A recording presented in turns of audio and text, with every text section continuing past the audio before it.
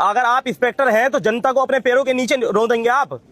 खुल के कह दीजिए हमें, क्योंकि हमारा तो ईमान है, हमारा तो भरोसा है संविधान की किताब पर कि अगर हमारे साथ कोई गलत करेगा, अननेसेसरी हमें कोई गलत तरीके से आपत्तिजनक टिप्पणी करेगा, तो हमारा यकीन है कि जो कॉन्स्टिट्यूशन ऑफ इंडिया है, जो भारत का दस्तूर है, भारत की एक लिखी हुई दस्तूर की आइन की किताब है, उसमें साफ लिखा हुआ है ना कि किसी को भी आजादी नहीं होगी इस तरीके से किसी के खिलाफ बोलने की। ठीक है, आप कह दीजिए कि मुसलमानों को जितना चाहो गाली दो, मुसलमानों के धर्म को जितना चाहो गाली दो, मुसलमानों के महापुरुषों को जितना चाहो गाली दो, उन पर कोई कानूनी कार्रवाई नहीं होगी। लेकिन अगर मुसलमान, खुदा ना खास्ते, पहली बात तो यह कि आजाद भारत का इतिहास रहा है, एक मुसलमान, मैं चैलेंज कर रहा हूं, एक मुसलमान ला दीजिए जिसने कभी किसी के महापुरुषों के बारे में, किसी के धर्म के बारे में कोई आपत्तिजनक टिप्पणी करी हो। एक मुसलमान। हम सबका सम्मान करते हैं, सबकी रिस्पेक्ट करते हैं, और कुरान करीम में तो हमें यह सिखाया गया कि तुम दूसरों के बातिल खुदाओं को बुरा ना कहो।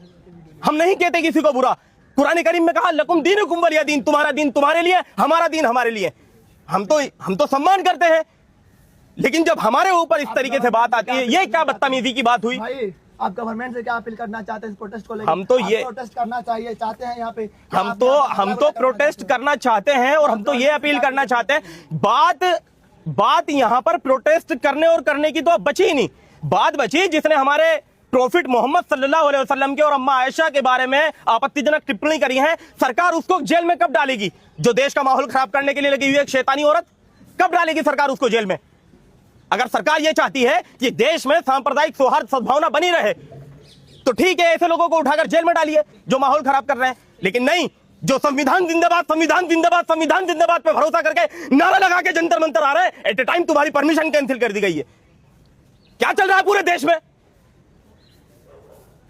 कोई किसी तरीके से कुछ भी अननेसेसरी गलत तरीके से काम करता है, कोई अपनी कुर्सी छोड़ने के लिए तैयार नहीं है, कोई गलत तरीके से बुलडोजर चलाने के लिए तैयार है। किसी की मौत हो जाए, कोई सुसाइड कर ले, उसकी पूरी लाइफ की, कैरियर की वाट लग गई, उसने जाके बंदे ने सुसाइड कर ली, 20 बंदे मर गए, लेकिन एक बंदा अपनी कुर्सी छोड़ने के लिए तैयार नहीं है। दूसरी तरफ देखा जाए तो पता चला कि मुसलमान है, मारो सालों को। पता नहीं क्या चल रहा है देश में। इस्लाम के खिलाफ बोलो, वायरल हो जाओ, बड़ी कुर्सी हासिल कर लो, मुसलमानों के लिए जहर उगलो, सिक्योरिटी हासिल कर लो। क्या बदतमीजी है।